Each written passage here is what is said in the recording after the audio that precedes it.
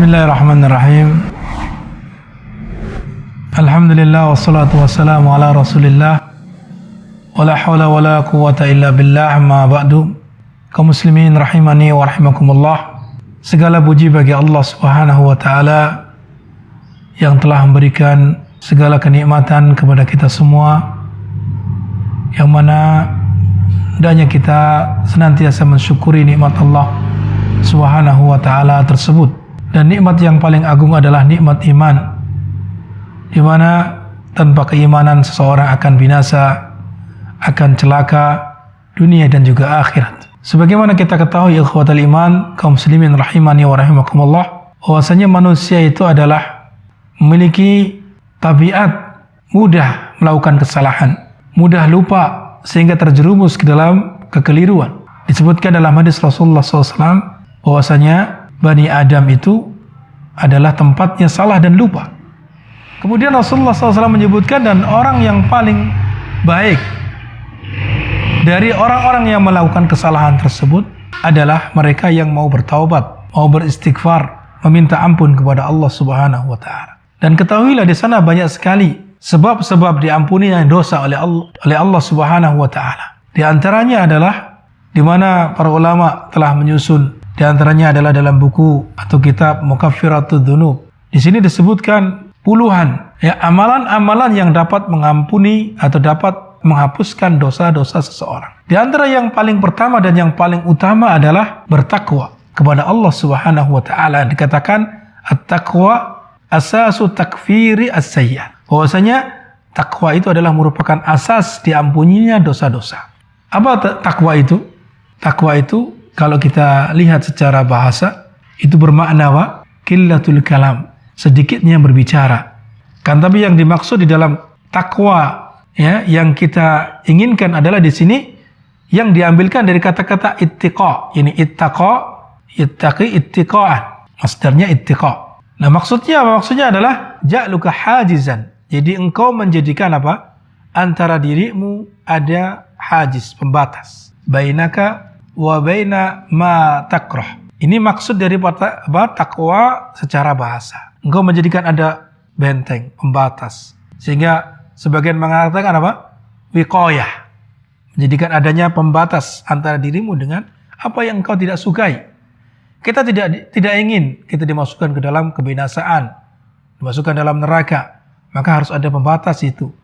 Nah, itulah yang menjadikan kita pembatas tersebut, itulah amalan-amalan yang diperintahkan oleh Allah Subhanahu wa taala dan Rasulnya. Disebutkan dalam firman Allah Subhanahu wa taala yang menjelaskan tentang takwa adalah merupakan penghapus dosa. Allah Subhanahu wa taala berfirman, "Wa may yattaqillaha yukaffir anhu sayyi'atihi wa yu'dzim lahu ajra." Barang siapa yang bertakwa, kepada Allah, maka Allah akan menghapuskan darinya kesalahan-kesalahannya dan akan menjadikannya atau memberikan kepadanya pahala yang besar. Para ulama memaknai takwa bermacam-macam. Di antaranya bahwasanya disebutkan Syekhul Islam Ibnu Taimiyah rahimahullah mengatakan takwa itu adalah fi'lu ma amarallahu bihi wa tarku ma naha Allahu anhu. Melaksanakan apa-apa yang Allah perintahkan dan meninggalkan apa-apa yang Allah larang. Kemudian juga ulama yang lain mengatakan seperti Ibnu Rajab rahimahullah mengatakan bahwasanya takwa itu adalah an yaj'alal abdu bainahu wa baina ma yakhafu wa yahdaruhu wiqayah taqihi minhu. Ini ada hubungannya dengan makna takwa secara bahasa tadi. Bahwasanya apa? Seorang hamba itu menjadikan antara dirinya dan antara apa yang dia khawatirkan, dia takuti, wiqayah berupa pembatas yang dapat membentengi dirinya dari apa yang dia khawatirkan atau dia takuti tersebut. Ada juga memaknai takwa dengan al-khawfu minal jalil wal amalu bil tanzil wal qana'atu bil qalil wal istidad li yaumir rahil. Ada yang mengatakan bahwa takwa itu adalah apa? Takut kepada Allah, al-khawf minal jalil. Kemudian mengamalkan apa yang Allah turunkan, wal amal bil tanzil, dan qana'ah dengan apa yang Allah berikan berupa walaupun sedikit, berupa nikmat walaupun sedikit. Kemudian wal istidad li yaumir rahil, dan mempersiapkan diri untuk perjalanan yang panjang nanti bertemu dengan Allah Subhanahu wa taala. Ini di antara makna-makna takwa yang barangkali kita bisa memahaminya. Bahkan dalam hal ini ketika Umar bin Khattab radhiyallahu anhu ditanya tentang takwa, maka beliau mengibaratkan apa? Seperti seseorang itu berjalan, ya. Berjalan di tengah jalan yang di sana banyak duri, banyak lubang. Yang mana ketika seorang tidak ingin terjerumus, tidak terkena duri tersebut, maka dia harus berhati-hati. Nah, ibaratnya demikian. Kita hidup di dunia ini supaya kita tidak binasa nanti di akhirat, maka kita berhati-hati, menjaga lisan kita, menjaga perbuatan kita, agar kita tidak terjerumus ke dalam kebinasaan. Sehingga ini akan menyebabkan apa? Takwa yang demikian itu akan menyebabkan diampuninya dosa-dosa yang barangkali dilakukan, dan bahkan Allah Subhanahu wa taala akan menambahkan pahala kepadanya. Dalam hal ini Imam Az-Zamakhsyari menjelaskan tentang ayat tadi, ayat wa may yattaqillaha yukaffir anhu sayyi'atihi wa yu'dhim lahu ajra. Beliau mengatakan wa may yattaqillaha fil amal bima anzalallahu minal ahkami wa hafadha 'alal huquq al-wajib 'alaihi istawjaba takfiras sayyi'ati wal ajral 'azim.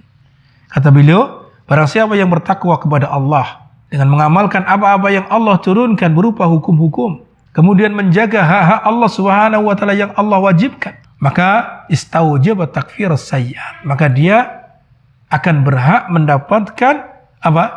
Dihapuskannya kesalahan-kesalahan dan juga ditambahkan pahala yang besar.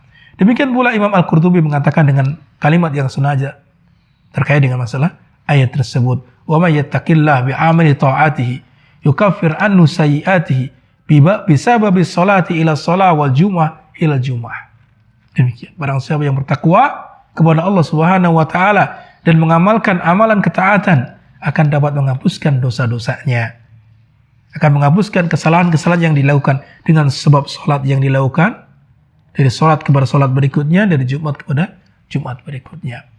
Ini takwa, merupakan asas diampuninya atau dihapuskannya dosa-dosa. Demikian, sallallahu ala nabiyina Muhammad wa ala alihi wa sahbihi ajma'in.